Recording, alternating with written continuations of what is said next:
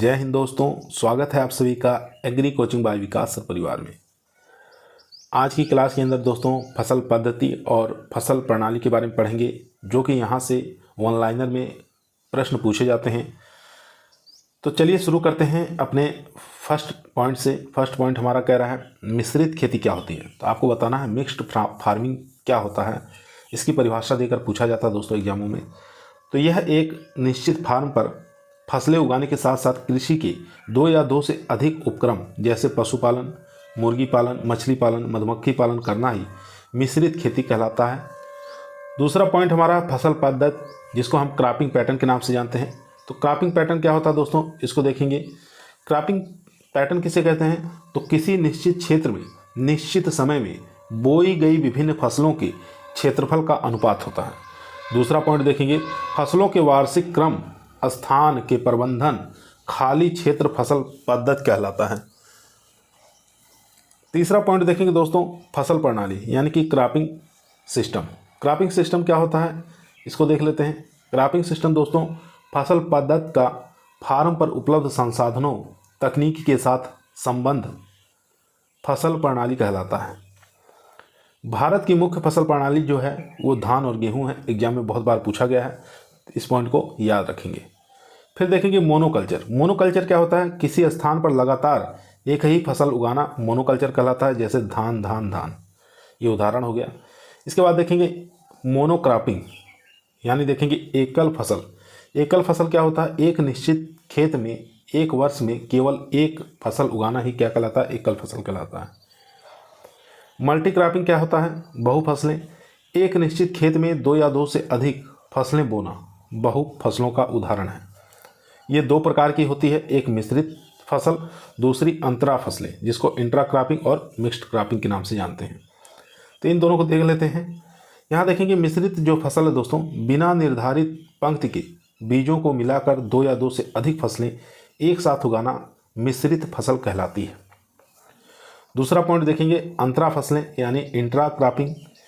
एक ही खेत में एक निश्चित पंक्ति या एक समान पैटर्न पर दो या दो से अधिक फसलें एक साथ उगाना अंतरा फसलें कहलाती हैं।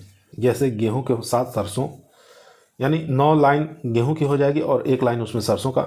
चना और सरसों 4:1 रखा जाता है, 4 लाइन सरसों की और 1 लाइन उसमें, 4 लाइन चना की रहेगी, 1 लाइन इसमें सरसों की रहेगी, या 6 लाइन चना की और 1 लाइन सरसों की रहेगी। अब देखेंगे बहुमंजिला खेती, multi STRIDE cropping.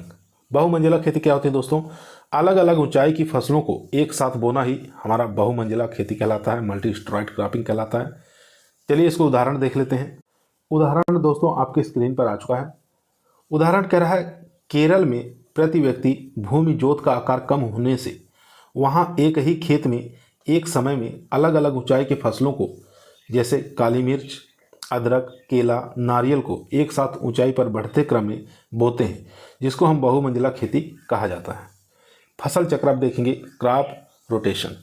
Crop rotation क्या होता है, मृदा की उर्वरकता बनाए रखने के लिए फसलों को एक ही भूमि पर क्रमबद्ध यानी एक प्रकार की फसल उगाने के बाद दूसरी फसल की फसल बोना क्या कहलाता है, फसल चक्र कहलाता है। जैसे बात करें अनाज वाली फसलों के बाद दाल वाली फसलें बोना। इसके बाद देखेंगे रिले क्रॉपिंग। रिले क्रॉपिंग क्या होता है, यहाँ से भी क्वेश्चन पूछे जाते हैं। पहली फसल को काटने से पूर्व दूसरी फसल लगाना या बोना रिले आवरण फसल कहलाती है। दोबारा सुनेंगे, पहली फसल को काटने से पूर्व दूसरी फसल लगाना या बोना रिले क्रॉपिंग कहलाता है। उदाहरण के तौर पर देखेंगे जैसे धान की कटाई से पूर्व मसूर या अलसी बोना। एक पूछा जाता है पेरा और उतेरा क्या होता है। तो पैरा जो होता है पश्चिम बंगाल में व बिहार में रिले क्रॉपिंग का प्रकार है, और उतेरा जो है ये मध्य प्रदेश में रिले क्रॉपिंग का प्रकार है। अब देखेंगे दोस्तों गली क्रॉपिंग। गली क्रॉपिंग क्या होता है, यानी भूमि की उर्वरता शक्ति, उत्पादन शक्ति को बढ़ाने हेतु बड़े पेड़ों की पंक्तियों के बीच फसलें उगाना एले फसलों का उदाहरण है। जैसे हल्दी, अदरक, उड़द, शकरकंद आदि को सफ़ेदा और बबूल के बीच में उगाना। ये बड़े पौधे हैं सफ़ेदा और बबूल, इनके बीच में हल्दी, अदरक है, शकरकंद है और उड़द को बोना ही हमारा एले क्रॉपिंग कहलाता है। इसके बाद देखेंगे ले फार्मिंग। ले फार्मिंग यानी कृषित फसलों के फसल चक्र में 2 वर्ष या इससे अधिक समय तक चारागाह रखना ले फार्मिंग कहलाता है। ठीक है, दोबारा सुनेंगे। कृषित फसलों के फसल चक्र में 2 वर्ष या इससे अधिक समय तक चारागाह रखना ले फार्मिंग कहलाता है। इसके बाद देखेंगे अरेबल फसलें। ऐसी फसलें जिसके लिए अच्छी जुताई क्रियाएं करना आवश्यक होता है उन्हें अरेबल फसलें कहते हैं, जैसे आलू है, तंबाकू है, धान है, गन्ना है, मक्का है। सहायक फसलें देखेंगे। सहायक फसलें ये फसलें मुख्य फसलों से पहले यानी त्वरित बढ़ने के लिए लगाई जाती हैं, जैसे बरसीम व रिचका में सरसों लगाना, जिससे पहली कटाई में अधिक उपज प्राप्त हो सके। अगला पॉइंट देखेंगे पेड़ी, जिसको हम रेटनिंग के नाम से जानते हैं। पहली वाली फसल को काटने के बाद उसी तने से दूसरी फसल लेना रेटनिंग कहलाता है। यह क्रिया गन्ने और घासों में करते हैं। गन्ने में भी देखने को मिलता है और बैगन की जो फसल है उसके अंदर भी देखने को मिलता है। नकदी फसलें क्या होता है, जिसको हम कैश क्रॉप के नाम से जानते हैं। आलू है, गन्ना है, कपास है, इन फसलों को नकदी फसलें कहते हैं, क्योंकि इन फसलों से प्रति इकाई क्षेत्रफल से अधिक मूल्य प्राप्त होता है। कैच क्रॉप क्या होता है? कैच क्रॉप दोस्तों मानसून देरी से आने के कारण क्या होता है, जब मुख्य फसल हमारा नष्ट हो जाती है उसके स्थान पर कम समय वाली या जल्दी पकने वाली फसलों को बोना ही कैच क्रॉप कहलाता है। जैसे हम बात करें मूंग, उड़द, प्याज और चौला, ये सब कैच क्रॉप के उदाहरण हैं। उसके बाद देखेंगे पलवार यानी मल्चिंग। इसको कवर क्रॉप कहते हैं, मल्च क्रॉप के नाम से भी जानते हैं। ये फसलें भूमि को ढक कर रखती हैं, जो मृदा नमी संरक्षण करने व मृदा क्षरण को बचाने के लिए उगाई जाती हैं, जैसे लोबिया है, मूंगफली है, उड़द है, मूंग है, शकरकंद है। ये सब मल्च क्रॉपिंग कहलाती हैं। इसके बाद देखेंगे ट्रैप क्रॉपिंग। ट्रैप क्रॉपिंग जो है, ये फसलें मुख्य रूप से फसल की बाउंड्री पर लगाई जाती हैं, जो कि कीड़े और बीमारियों को अंदर की मुख्य फसल तक नहीं जाने देती हैं। उदाहरण के तौर पर पत्ता गोभी के खेत के चारों ओर सरसों लगाना और टमाटर और भिंडी के साथ हजारा की खेती करना। उसके बाद देखेंगे जीवन निर्वाह खेती। खेती से प्राप्त उत्पादन जो केवल पारिवारिक आवश्यकताओं को पूर्ण करता हो उसको जीवन निर्वाह खेती के नाम से जानते हैं। सघन खेती क्या होता है?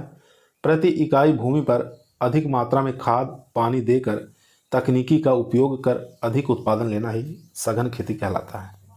इसके बाद देखेंगे टिकाऊ खेती क्या होता है।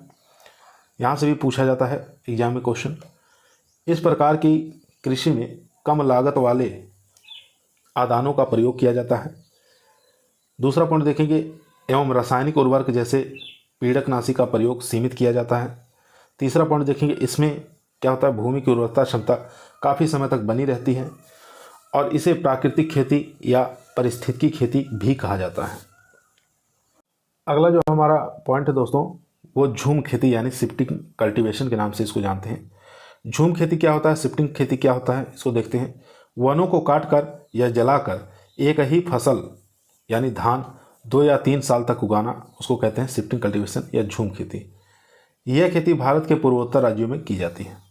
उसके बाद देखेंगे टोग्या खेती। टोग्या खेती क्या होता है? ये वन रोपण के बाद जब तक पेड़ बड़े नहीं होते वहाँ पर की जाने वाली खेती को क्या कहते हैं? टोग्या खेती कहते हैं। दोबारा सुनेंगे, वन रोपण के बाद जब तक पेड़ बड़े नहीं होते वहाँ की जाने वाली खेती को क्या कहते हैं? टोग्या खेती कहते हैं। इसके बाद देखेंगे दियारा कल्टीवेशन। दियारा कल्टीवेशन क्या होता है? यानी नदी के किनारों या बाढ़ग्रस्त क्षेत्रों, बाढ़ हट जाने के बाद वहाँ पर की जाने वाली खेती को क्या कहते हैं? दियारा कल्टीवेशन कहते हैं। समोच्च खेती क्या होता है?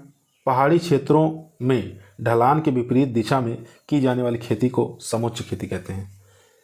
आपातकालीन खेती क्या होता है? बारानी क्षेत्रों में लघु अवधि की फसलें उगाना जो उस क्षेत्र के लिए लाभदायक होती हैं, उसको आपातकालीन खेती कहते हैं। इसके बाद देखेंगे फसल सघनता। इसका सूत्र पूछा जाता है, तो फसल सघनता निकालने के लिए कुल फसली क्षेत्र और शुद्ध बोया गया क्षेत्र इंटू 100 याद रखेंगे। और यहाँ पर देखेंगे भारत की फसल सघनता 138% है, राजस्थान की पूछे तो 128-130% है। इसके बाद देखेंगे फसल चक्र सघनता दोस्तों। फसल चक्र सघनता में हरी खाद वाली फसलों को गणना में सम्मिलित नहीं किया जाता है, ठीक है, याद रखेंगे, हरी खाद वाली जो फसलें हैं उनको गणना में सम्मिलित नहीं किया जाता है। दूसरा पॉइंट देखेंगे, इंटर व मिक्स्ड क्रॉपिंग में बोई गई सभी फसलों की गणना एक ही फसल के रूप में करते हैं। अब फसल चक्र सघनता निकालने के लिए फसल चक्र में फसलों की संख्या बटे में वर्ष की संख्या, कितने वर्ष लग रहे हैं, इंटू 100। अब यहाँ देखेंगे कि उदाहरण के तौर पर धान है, गेहूँ है, मूंग है, तो इनका जो फसल चक्र सघनता है 300% है। चरी और बाजरा का 200% आ जाएगा। जो हमारा टॉपिक है दोस्तों वो जैविक खेती, जिसको हम ऑर्गेनिक फार्मिंग के नाम से जानते हैं। अब इस पर हम लोग जो जो मेन पॉइंट बनते हैं एग्जाम में पूछने के लिए उसको हम लोग देख लेंगे। पहला पॉइंट है हमारा ऑर्गेनिक फार्मिंग। जो शब्द है सर्वप्रथम प्रयोग किसके द्वारा किया गया था, तो लॉर्ड वाटर नॉर्थबॉर्न ने ऑर्गेनिक फार्मिंग जो शब्द है इसका प्रयोग किया था। दूसरा पॉइंट देखेंगे, जबकि जैविक खेती के जो जनक है दोस्तों वो सर अल्बर्ट हॉवार्ड को कहा जाता है, ठीक है, किसको, जैविक खेती के जनक जो हैं सर अल्बर्ट हॉवार्ड को कहा जाता है। तीसरा पॉइंट देखेंगे, संश्लेषित रासायनिक उर्वरकों जैसे कीटनाशकों, फफूंदनाशकों, खरपतवार नाशियों का प्रयोग नहीं करते हैं। इनके स्थान पर कार्बनिक खादों, जैविक उर्वरकों, ट्राइकोग्रामा और ट्राइकोडर्मा, कोलेगो, डिवाइन आदि का प्रयोग किया जाता है। यहाँ पर देखेंगे चौथा पॉइंट, भारत का पहला कार्बनिक राज्य जो है वो हो जाएगा उत्तराखंड। भारत का पहला कार्बनिक राज्य उत्तराखंड है। और भारत सरकार द्वारा हाल ही में सिक्किम को पूर्ण कार्बनिक राज्य घोषित किया गया है, ये भी याद रखेंगे। इसके बाद देखेंगे, राजस्थान राज्य में डूंगरपुर पूर्ण जैविक जिला घोषित किया गया है। फिर रासायनिक खेती से कार्बनिक खेती प्रमाणीकरण में 3 से लेकर 4 वर्ष का समय लगता है, ठीक है, रासायनिक खेती से कार्बनिक खेती प्रमाणीकरण में 3 से लेकर 4 वर्ष का समय लगता है, ये याद रखेंगे, इंपॉर्टेंट है। इसके बाद देखेंगे, राष्ट्रीय जैविक खेती केंद्र गाजियाबाद उत्तर प्रदेश में 2004 में बना था, ठीक है, जिसको NCOF के नाम से जानते हैं। राष्ट्रीय जैविक खेती केंद्र गाजियाबाद में स्थित है, 2004 में स्थापना हुई थी इसकी। IFOAM 1972 में, यानी कार्बनिक खेती पर नियंत्रण करने वाली संस्था है ये। अगला जो पॉइंट है दोस्तों हमारा शुष्क खेती यानी ड्राई फार्मिंग है। यहाँ से भी क्वेश्चन पूछे जाते हैं। तो यहाँ देखेंगे, सबसे पहले शुष्क भूमि कृषि, यह पूर्ण रूप से वर्षा आधारित खेती का प्रकार है। इसके बाद देखेंगे, भारत में शुद्ध बोए गए क्षेत्रफल 142 मिलियन हेक्टेयर का 67% क्षेत्र जो है शुष्क खेती के अंतर्गत आता है। अगला पॉइंट है, भारत में कुल खाद्यान्न उत्पादन का 40 से लेकर 42% उत्पादन शुष्क कृषि से ही प्राप्त होता है। अगला पॉइंट कह रहा है, मोटे अनाजों जैसे चना है, अरहर का 91%, तिलहनी फसलों का 80%, दलहनी फसलों का 75% उत्पादन शुष्क खेती से ही प्राप्त होता है। इसके बाद देखेंगे, ड्राई लैंड फार्मिंग और रेन फेड फार्मिंग में अंतर क्या है। तो यहाँ देखेंगे, वर्षा दिया हुआ, फसल में नमी की उपलब्धता कितनी होनी चाहिए। तो यहाँ पर देखेंगे, वर्षा जो है ड्राई लैंड फार्मिंग में 800 mm से कम की आवश्यकता होती है, और रेनफेड फार्मिंग कहते हैं जहाँ पर वर्षा जो है 800 mm से अधिक होती है, उसको हम रेनफेड फार्मिंग के नाम से जानते हैं। अब फसल में नमी की उपलब्धता की बात करें तो इसमें कमी होती है वाष्पोत्सर्जन, और इसके बाद वर्षा, ठीक है, इसमें पर्याप्त होता है वाष्पोत्सर्जन और वर्षा भी ठीक ठाक होता है। यहाँ देखेंगे दोस्तों, तीसरा पॉइंट जो है, फसल उगाने की अवधि दिनों में, यानी कि ड्राई लैंड फार्मिंग जो है ये 200 दिन से कम का समय लगता है, और रेनफेड फार्मिंग में 200 से अधिक दिन का समय लगता है। क्षेत्र की बात करें, क्षेत्र जो होता है ड्राई लैंड फार्मिंग वाला शुष्क रहता है तथा उप शुष्क होता है, उप आर्द्र भी होता है, और यहाँ पर रेनफेड फार्मिंग जो होता है आर्द्र बना रहता है और उप आर्द्र बना रहता है। फसल प्रणाली की बात करें तो एकल फसल प्रणाली ड्राई लैंड फार्मिंग में होती है और मिश्रित फसल प्रणाली होती है, और यहाँ पर देखेंगे जो रेनफेड फार्मिंग में होता है डबल भी होता है और इंटरक्रॉपिंग का भी प्रयोग किया जाता है। बाधाएं इसमें कौन कौन सी आती हैं, तो ड्राई लैंड फार्मिंग के अंदर जो बाधाएं आती हैं वायु और जल क्षरण का होता है, और इसके अंदर देखेंगे रेनफेड फार्मिंग के अंदर केवल जल क्षरण होता है। ये मोस्ट इंपॉर्टेंट है दोस्तों। अब देखेंगे हम लोग, वर्षा की मात्रा के आधार पर ड्राई लैंड कृषि 3 भागों में विभाजित की गई है। पहली देखेंगे शुष्क खेती, जिसको ड्राई फार्मिंग कहते हैं, यानी ऐसे क्षेत्र जहां वार्षिक औसत वर्षा 750 mm से कम होती है वह क्षेत्र क्या होता है, शुष्क खेती के अंतर्गत आता है। दूसरा पॉइंट देखेंगे, यह खेती मुख्य रूप से शुष्क क्षेत्रों में की जाती है और इसका मुख्य उद्देश्य नमी संरक्षण करना है। दूसरा पॉइंट देखेंगे दोस्तों, ड्राई लैंड फार्मिंग, ऐसे क्षेत्र जहां वार्षिक औसत वर्षा 750 से लेकर 1150 mm होती है वहां ड्राई लैंड खेती अपनाई जाती है। यह खेती मुख्यतः अर्ध शुष्क क्षेत्रों में की जाती है। इसका मुख्य उद्देश्य होता है नमी और भूमि संरक्षण। तीसरा पॉइंट देखेंगे, रेन फेड फार्मिंग, ऐसे क्षेत्र जहां वार्षिक वर्षा 1150 mm से अधिक होती है वहां फसलों की खेती करना रेन फेड फार्मिंग कहलाती है। यह खेती मुख्य रूप से आर्द्र आर्द्र और आर्द्र क्षेत्रों में की जाती है। इसका मुख्य उद्देश्य होता है जल निकास। अब देखेंगे सूखा, सूखा क्या होता है, जहां वार्षिक वर्षा सामान्य से 75% से कम होती है। सामान्यतः ऐसे क्षेत्र सूखे के अंतर्गत आते हैं। एक होता है भयंकर सूखा, यानी सामान्य से 50% कम वर्षा वाले क्षेत्रों में क्षेत्र जो होते हैं वो भयंकर सूखा के अंतर्गत आते हैं। अब देखेंगे शुष्क खेती के सिद्धांत क्या है। सबसे पहला हमारा नमी संरक्षण करना है, यानी गहरी जुताई करना, पलवार का उपयोग करना, वर्षा जल भंडारण का प्रयोग करना, खरपतवार नियंत्रण। इसके बाद देखेंगे वायुरोधी पट्टियों का प्रयोग करना, फिर उसके बाद है वाष्पोत्सर्जन व उत्सर्जन की मात्रा को कम करना। अब देखेंगे पॉइंट कह रहा है प्रति उत्सर्जक पदार्थों का उपयोग, प्रति उत्सर्जक पदार्थों का प्रयोग। ये वे पदार्थ होते हैं जो पौधे में उत्सर्जन की मात्रा को कम करके पौधे में नमी संरक्षण का काम करते हैं। ये मुख्य रूप से 4 प्रकार के होते हैं दोस्तों। कितने प्रकार के होते हैं? 4 प्रकार के होते हैं। पहला प्रकार देखेंगे रंध्र बंद करने वाले, यहाँ पर देखेंगे स्टोमेटा क्लोजिंग टाइप के। ये पदार्थ पौधे की पत्तियों के रंध्रों को बंद करके जल की हानि को कम करते हैं, जैसे PMA, एल्ट्राजीन और CO2, ABA। ये सब ऐसे पदार्थ हैं जो पत्तियों के रंध्रों को बंद करके उसकी जल की हानि को कम करते हैं। इसके बाद देखेंगे दूसरा जो प्रकार है यहाँ पर परावर्तित प्रकार है। ये पदार्थ सूर्य से आने वाली किरणों को परावर्तित करके पत्तियों को तापक्रम को कम कर देते हैं, जिससे पौधे में वाष्पोत्सर्जन की क्रिया द्वारा जल की हानि कम होती है। इसके अंतर्गत आएगा केओलिन 5%, केओलिन 5% व चूना पदार्थ का स्प्रे कर देंगे, ठीक है, वो परावर्तित प्रकार के अंतर्गत आ जाएगा। इसके बाद देखेंगे तीसरा जो पॉइंट है पत्ती पर आवरण बनाना, फिल्म फॉर्मिंग। ये पदार्थ पत्तियों की सतह पर एक पतला आवरण बनाते हैं, जिससे वाष्पोत्सर्जन की क्रिया क्या होती है, कम हो जाती है। जैसे मोबिलिप हो जाएगा, हेक्साडेकेनॉल हो गया, सिलिकॉन हो गया, ऑयल हो गया और मोम हो गया, ये सब इसके अंतर्गत आएंगे। चौथा है वृद्धि अवरोधक। ये पदार्थ जड़ की अपेक्षा तने की वृद्धि कम करते हैं, जिससे पौधे को कम जल की आवश्यकता होती है, जैसे साइकोसेल। अब देखेंगे दोस्तों अगला जो पॉइंट हमारा फसल प्रबंधन। फसल प्रबंधन के लिए पहला पॉइंट जो है मिश्रित खेती उगाना, यानी शुष्क खेती के लिए फसल बीमा। दूसरा पॉइंट है शुष्क खेती में बीज दर 10 से 15% अधिक रखते हैं तथा पौधे की संख्या 10 से 15% कम रखते हैं। तीसरा पॉइंट है बुआई जो है पूर्व से पश्चिम की दिशा में की जाती है। चौथा पॉइंट है किस्मों का चुनाव करते हैं, अच्छी किस्मों का चुनाव किया जाता है। अगला जो हमारा टॉपिक है दोस्तों वो बीज है। सीड से संबंधित प्रश्न एग्जामों में देखने को मिलता है। तो यहाँ देखेंगे बीज के प्रकार। उन्नत बीज की 5 श्रेणियां हैं। पहली देखेंगे न्यूक्लियस सीड, जिसको हम मूल केंद्रक बीज कहते हैं या नाभिकीय बीज कहते हैं। तो पहला पॉइंट है यह किसी विकसित होने वाली नई किस्म या शुरुआती बीज होते हैं जो सबसे कम मात्रा में उपलब्ध होते हैं।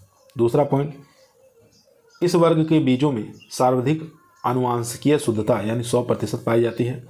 तीसरा पॉइंट, इसे स्वयं प्रजनक द्वारा कृषि विश्वविद्यालयों या अनुसंधान संस्थानों से उत्पादित किया जाता है। चौथा पॉइंट, मूल केंद्रक बीज के थैले पर किसी भी रंग का टैग नहीं लगाया जाता है। ये मोस्ट इंपॉर्टेंट पॉइंट है। दूसरा बीज देखेंगे प्रजनक बीज, जिसको हम ब्रीडर सीड के नाम से जानते हैं। पहला पॉइंट इसमें रहेगा यह बीज मूल केंद्रक बीज की संतति है। दूसरा पॉइंट, इसे स्वयं प्रजनक द्वारा कृषि विश्वविद्यालयों और अनुसंधान संस्थानों से उत्पादित किया जाता है। इसमें आनुवांशिक शुद्धता लगभग 100% होती है। इसके थैलियों पर जो टैग होता है वह सुनहरे पीले रंग का यानी कि गोल्डन येलो रंग का टैग लगा रहता है। ये इसकी पहचान होती है दोस्तों। तीसरा जो है आधार बीज, जिसको फाउंडेशन सीड कहते हैं। प्रजनक बीज से जो भी बीज तैयार किया जाता है उसे आधार बीज कहते हैं। ठीक है, याद रखेंगे, प्रजनक बीज से जो भी बीज तैयार किया जाता है उसको हम आधार बीज कहते हैं। दूसरा पॉइंट इसमें ध्यान देंगे, यह बीज राष्ट्रीय बीज निगम यानी NSC पंजीकृत निजी संस्थानों या बीज प्रमाणीकरण संस्था द्वारा तैयार किया जाता है। आधार बीज की आनुवांशिक शुद्धता जो होती है 99.5 से लेकर 99.9 या 99% या भौतिक शुद्धता की बात करें 98% से अधिक होनी चाहिए। आधार बीज की थैलियों पर सफ़ेद रंग का टैग होता है। याद रखेंगे, आधार बीज पर सफ़ेद रंग का टैग होता है। चौथा देखेंगे पंजीकृत बीज, जिसको रजिस्टर्ड सीड के नाम से जानते हैं। यह बीज आधार बीज अथवा स्वयं पंजीकृत बीज से तैयार किए जाते हैं। इस बीज में संतोषजनक आनुवंशिकीय पहचान और शुद्धता पाई जाती है।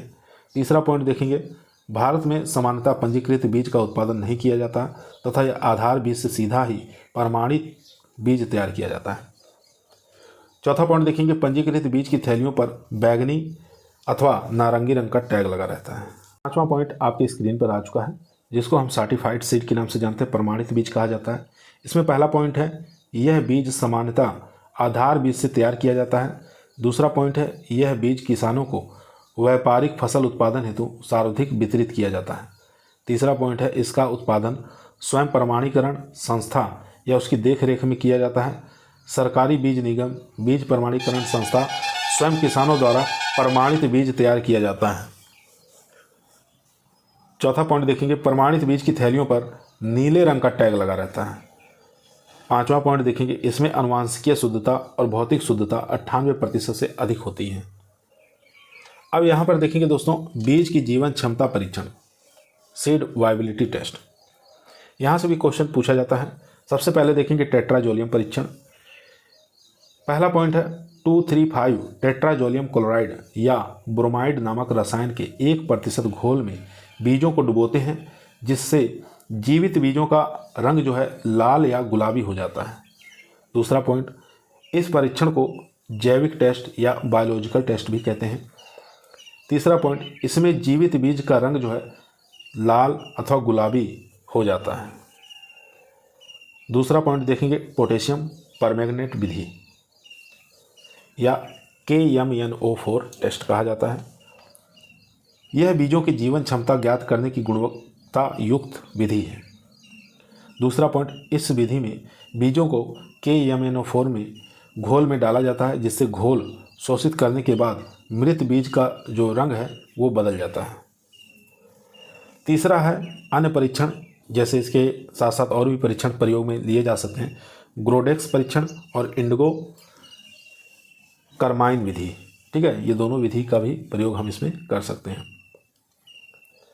इसके बाद देखेंगे बीज का वास्तविक मान। इसका सूत्र पूछा जाता है एग्जामों में। तो यह शुद्धता प्रतिशत इंटू अंकुरण प्रतिशत का मान है, जिसको हम प्रतिशत में व्यक्त करते हैं। बीज का वास्तविक मान 75% से अधिक होना चाहिए। वास्तविक मान बराबर शुद्धता प्रतिशत इंटू अंकुरण प्रतिशत बटे में 100, ये इसका होता है वास्तविक मान बीज का। अब दोस्तों देखेंगे प्रमाणित या उत्तम बीज की विशेषताएं। प्रमाणित या उत्तम बीज की विशेषता क्या होता है? पहला पॉइंट स्क्रीन पर है, आनुवांशिक शुद्धता और भौतिक शुद्धता 98% से अधिक होनी चाहिए। दूसरा पॉइंट है संकर मक्का में सर्वाधिक अंकुरण यानी 90%, जबकि गेहूं, जौ, सरसों, चना न्यूनतम अंकुरण प्रतिशत 85% होनी चाहिए। यहाँ देखेंगे धान, ज्वार, रिचका में अंकुरण प्रतिशत 80% होता है। मूंग, मोट, उड़द में न्यूनतम अंकुरण क्षमता जो होती है 75% होनी चाहिए। इसके बाद देखेंगे मूंगफली और सोयाबीन, ग्वार में अंकुरण जो क्षमता 70% होती है। कपास में न्यूनतम अंकुरण क्षमता होती है 65%। इसके बाद देखेंगे सबसे कम अंकुरण क्षमता जो है पालक है, मेथी है, गाजर है, इनके बीजों में होती है कितनी? 60%। इसके बाद देखेंगे बीजों के भंडारण में अधिकतम नमी प्रतिशत गेहूँ और जौ में 12% रखते हैं, चावल में 13 और दलहनी वाली फसलों में 9% और तेल वाली फसलों के लिए 8 से लेकर 9% होनी चाहिए। अब देखेंगे बीजों की भौतिक शुद्धता। पहला पॉइंट है, इसका तात्पर्य बीजों के कंकड़ या टूटे हुए बीजों से मुक्त होना है। दूसरा पॉइंट है, बीजों की भौतिक शुद्धता, बीजों की भौतिक अशुद्धता को डोकेज कहते हैं। यहाँ क्वेश्चन पूछा जाता है बीजों के भौतिक अशुद्धता को क्या कहते हैं, तो डोकेज के नाम से जाना जाता है। तीसरा पॉइंट कह रहा है प्रमाणित बीजों की भौतिक शुद्धता 98% से अधिक होनी चाहिए। चौथा पॉइंट कह रहा है लेकिन सरसों, तिल, सोयाबीन में 97% भौतिक शुद्धता मान्य है, जबकि मूंगफली में प्रमाणित बीजों में 96% भौतिक शुद्धता मान्य है। अब इसके बाद देखेंगे अनुवांशिक शुद्धता। पहला पॉइंट है, इसका तात्पर्य मुख्य फसल के बीजों में दूसरी फसल या उसी फसल के अन्य किस्मों के बीजों से मुक्त होना है। दूसरा पॉइंट है, मुख्य फसल से दूसरी फसल या उसी फसल के अन्य किस्मों के पौधों को हटाना रोगिंग कहलाता है। तीसरा पॉइंट है, अनुवांशिक शुद्धता के लिए ग्रो आउट परीक्षण करते हैं। पूछा जाता है अनुवांशिक शुद्धता के लिए कौन सा टेस्ट किया जाता है, GOT यानी कि ग्रो आउट टेस्ट किया जाता है। चौथा पॉइंट है, प्रमाणित बीजों की अनुवांशिक शुद्धता 99% से अधिक होनी चाहिए। अब देखेंगे दोस्तों बीज सूचकांक यानी सीड इंडेक्स। यहाँ से एक क्वेश्चन फिक्स रहता है हर एग्जामों में। यहाँ देखेंगे 100 बीजों के भार को बीज सूचकांक या सीड इंडेक्स कहते हैं। दूसरा पॉइंट देखेंगे, जिन फसलों के बीजों का आकार मोटा होता है उनमें परीक्षण भार यानी टेस्ट वेट की जगह सीड इंडेक्स काम में लेते हैं। जैसे देसी चने का सीड इंडेक्स 14 से 25 ग्राम, काबुली चने का 26 से लेकर 45 ग्राम, मूंगफली का 20 से 25 ग्राम, मक्के का 28 ग्राम होता है। अब देखेंगे टेस्ट वेट। टेस्ट वेट जो है 1000 बीजों के भार को टेस्ट वेट कहा जाता है। सबसे पहले धान देखेंगे, धान का 25 ग्राम होता है, बासमती धान का 21 ग्राम होता है, गेहूं का 40 ग्राम होता है, जौ का 35 से लेकर 40 ग्राम होता है, बाजरा का 5 से 7 ग्राम होता है, सरसों का 3 से 5 ग्राम होता है, मूंग का 35 ग्राम होता है, सोयाबीन का 55 ग्राम होता है। इसके बाद देखेंगे तिल का 2.8 से लेकर 4 ग्राम होता है, कपास का 7 से 10 ग्राम होता है, टमाटर का 3 ग्राम होता है, प्याज का 2.5 से 4 ग्राम होता है और फ्लेरिस माइनर का 2 ग्राम होता है। अब इसके बाद देखेंगे बीजों की सुसुप्तावस्था। पहला पॉइंट है, जीवित बीजों को अंकुरण के लिए आवश्यक सभी दशाएं उपलब्ध होने पर भी अंकुरण नहीं होता है तो बीज की सुसुप्तावस्था कहलाती है। ठीक है, यानी जीवित बीजों का अंकुरण के लिए आवश्यक सभी दशाएं उपलब्ध हैं लेकिन तभी भी अंकुरण नहीं होता है तो ऐसी स्थिति को सुसुप्तावस्था कहते हैं। दूसरा पॉइंट कह रहा है, बीजों में सुसुप्तावस्था आंतरिक और बाहरी कारणों से होती है। तीसरा पॉइंट, जंगली जई में तीनों प्रकार की सुसुप्तावस्था पाई जाती है। यहाँ देखेंगे बीजों को सुसुप्तावस्था तोड़ना, तो सबसे पहला जो हमारा विधि है वो खुरचना, यानी बीज के बाहरी परत को रासायनिक और यांत्रिक और तापीय विधि द्वारा तोड़ने या खुरचते हैं, जिससे बीजों का सख्त आवरण टूटने से पानी और गैसों का विनिमय होता है और बीज अंकुरित हो जाता है। दूसरा पॉइंट आपकी स्क्रीन पर आ चुका है, KNO3 1 से 3% घोल बीज के बाहरी परत को तोड़ने के लिए काम में लिया जाता है। तीसरा पॉइंट है, थायोयूरिया 1% या GA3 का छिड़काव से आलू की सुसुप्तावस्था तोड़ सकते हैं। तीसरा पॉइंट है, सल्फ्यूरिक एसिड से कपास बीजों यानी 1:10 को 20 मिनट तक उपचारित कर सख्त आवरण हटा सकते हैं। चौथा पॉइंट है, गर्म जल द्वारा 75 से लेकर 100 डिग्री सेंटीग्रेड पे, इसके द्वारा भी हम डार्बेंसी को तोड़ सकते हैं। उसके बाद देखेंगे दूसरा पॉइंट जो है चीलिंग, तापमान से उपचारित करना। इस विधि से बीजों को बोने से पूर्व 2 से लेकर 8 डिग्री सेंटीग्रेड तापमान पर 12 से लेकर 24 घंटे तक रखते हैं। इसको हम चीलिंग तापमान कहते हैं। इसके बाद देखेंगे सीड प्लॉट टेक्निक। यहाँ से भी क्वेश्चन पूछा जाता है, तो इसको पुष्कर नाथ ने 1967 में देश के उत्तरी मैदानी भागों में वायरस रोग मुक्त आलू बीज उत्पादन हेतु विकसित किया था। ऑर्थोडॉक्स बीज क्या होता है, यानी ऐसे बीज जो कम तापमान या नमी पर लंबे समय तक भंडारित करने पर भी जीवित रहते हैं, उसको ऑर्थोडॉक्स बीज कहा जाता है। उदाहरण के अनुसार अनाज व दाल वाली फसलों के बीज जो होते हैं ये ऑर्थोडॉक्स टाइप के होते हैं। इसके बाद देखेंगे रिकैल्सिट्रेट बीज, ये क्या होते हैं? यानी ऐसे बीज जो कम तापमान या नमी पर भंडारित करने पर भी जीवित नहीं रहते, उसको हम रिकैल्सिट्रेट बीज कहा जाता है। उदाहरण के तौर पर यानी यहाँ देख सकते हैं आम और नारियल जो है ये रिकैल्सिट्रेट बीज कहलाते हैं। दोनों याद रखेंगे, आम और नारियल। अब देखेंगे दोस्तों पृथक्करण दूरी, आइसोलेशन डिस्टेंस। यहाँ से क्वेश्चन एग्जाम में पूछा जाता है। बीज उत्पादन में आनुवंशिक शुद्धता को बनाए रखने के लिए फसल की विभिन्न किस्मों के मध्य न्यूनतम दूरी जो रखी जाती है उसको पृथक्करण दूरी रखते हैं। यहाँ पर देख सकते हैं एक तरफ फसल दिया है, एक तरफ पृथक्करण दूरी दिया हुआ है मीटर में। आधार बीज और प्रमाणीकृत दोनों ही आपको याद रखना है। सबसे पहले देखेंगे सेल्फ पॉलिनेटेड जो फसल है इनका देखेंगे तो सेल्फ पॉलिनेटेड जो क्रॉप है दोस्तों, जैसे गेहूं है, जौ है, जई है, धान है, मूंगफली है, सोयाबीन है, इनका जो आधार बीज रखते हैं ये 3 मीटर रखा जाता है और प्रमाणित बीज जो है इनका भी 3 मीटर दूरी रखा जाता है। चना और उड़द मूंग 10 मीटर और यहाँ पर प्रमाणित बीज का 5 मीटर। मटर का आधार बीज 20 मीटर और यहाँ पर प्रमाणित बीज 10 मीटर। सरसों का 200 याद रखेंगे आधार के लिए और प्रमाणित के लिए 50। संकर धान और संकर गेहूं के लिए 200 आधार के लिए हो जाएगा और यहाँ पर प्रमाणित बीज के लिए 100 हो जाएगा। टमाटर के लिए 50 मीटर और यहाँ पर प्रमाणित बीज के लिए 20 मीटर। अलसी के लिए देखेंगे 50 मीटर और यहाँ पर प्रमाणित बीज के लिए 25 मीटर। इसके बाद देखेंगे रिचका और बरसीम के लिए आधार बीज जो है 400 मीटर रखेंगे और प्रमाणित बीज के लिए 200 मीटर रखेंगे।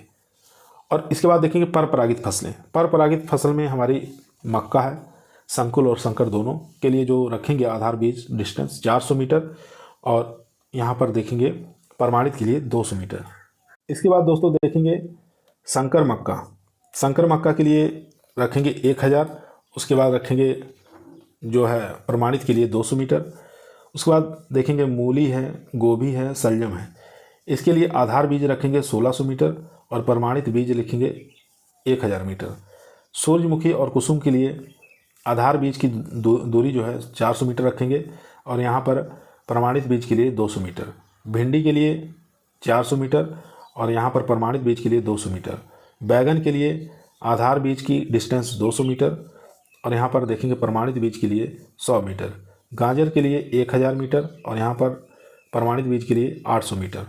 प्याज के लिए 1000 मीटर आधार बीज हो जाएगा और प्रमाणित बीज के लिए हो जाएगा यहाँ पर 400 मीटर। इसके बाद देखेंगे ऑप्टन क्रॉस पॉलिनेटेड, इसके अंदर संकुल ज्वार है, 200 मीटर रखेंगे आधार बीज के लिए और 100 मीटर रखेंगे प्रमाणित बीज के लिए। संकर ज्वार है, इसके लिए आधार बीज 300 मीटर और प्रमाणित बीज 200 मीटर। कपास जो है इसके लिए 50 आधार बीज के लिए मीटर में रहेगा और यहाँ पर 30 मीटर जो है प्रमाणित बीज के लिए रहेगा। अब दोस्तों हम लोग देखेंगे बीज उपचार, seed treatment method. Seed treatment method के लिए सबसे पहले बीज उपचार का जो क्रम आपको याद रखना है FIR यानी फंगीसाइड, इंसेक्टिसाइड और राइजोबियम। F से क्या है यानी कि फफूंदनाशक, I से क्या है कीटनाशक इंसेक्टिसाइड और R से राइजोबियम कल्चर यानी जीवाणु कल्चर। पहला पॉइंट कह रहा है फफूंद जनित रोगों की रोकथाम के लिए यहाँ पर जो फफूंदनाशी प्रयोग किया जाता है जैसे कार्बेंडाजिम है, वीटावेक्स है, मेटाक्लेक्सिल है, इस समूह के अथवा संपर्क फफूंदनाशी जैसे थायरम है, कैप्टान है 2 से 3 ग्राम प्रति किलो बीज की दर से उपचारित करते हैं। दूसरा देखेंगे कीटनाशक हेतु। कीटनाशक हेतु क्लोरोपाइरिफास दीमक के लिए चना और गेहूं में 4 से 5 ml प्रति लीटर की दर से इसका प्रयोग किया जाता है। इसके अलावा यहाँ पर थियोमेक्सोथान का भी प्रयोग कर सकते हैं। FM में 2 से 4 ml प्रति किलो बीज की दर से सफ़ेद लट की रोकथाम के लिए इसका प्रयोग किया जाता है और बाजरा और मूंगफली में भी इसका प्रयोग कर सकते हैं। फिर देखेंगे कल्चर के रूप में जो प्रयोग किया जाता है नाइट्रोजन स्थिरीकरण के लिए दलहनी फसलों को बीजों को राइजोबियम 3 पैकेट प्रति हेक्टेयर, अदलहनी फसलों में एजोक्टोबैक्टर प्रयोग किया जाता है। ठीक है, जैसे गेहूं है, जौ है, धान है, कपास है, तिलहन वाली फसलें, इसके अंदर हम लोग किसका प्रयोग करेंगे एजोक्टोबैक्टर का। और एजोस्पाइरिलम जो है ये मक्का, ज्वार, गन्ना, बाजरा में प्रयोग किया जाता है। अब देखेंगे धान की फसल में जलीय पौधों जैसे एजोला है, एनाबीना है, नमक नील हरी, सेवाल, इनका प्रयोग कर सकते हैं। लास्ट पॉइंट है फास्फोरस की घुलनशीलता के लिए पीएसबी नामक जीवाणु के साथ ही फास्फोरस के अवशोषण और गतिशीलता के लिए VAM यानी कि माइकोराइजा नामक फफूंद बीजोपचार में काम में लेते हैं। वैम का प्रयोग किया जाता है बीजोपचार में। आज की क्लास दोस्तों हमारी यहीं समाप्त हुई। आप लोगों को कैसी लगी? पसंद आई हो तो लाइक जरूर करिए, दोस्तों में शेयर करिए, चैनल पर नए हैं सब्सक्राइब करना ना भूलिए। कल फिर मुलाकात करते हैं एक नई वीडियो के साथ। तब तक सभी लोगों को धन्यवाद। कल जो हमारा टॉपिक रहेगा दोस्तों वो पादप संरक्षण या रहेगा प्लांट प्रोटेक्शन। इसके अंदर IPM को हम लोग देखेंगे जो कि एग्जाम के लिए काफ़ी मोस्ट इंपॉर्टेंट है।